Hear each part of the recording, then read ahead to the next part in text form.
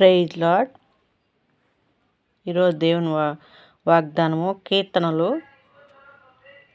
121:5.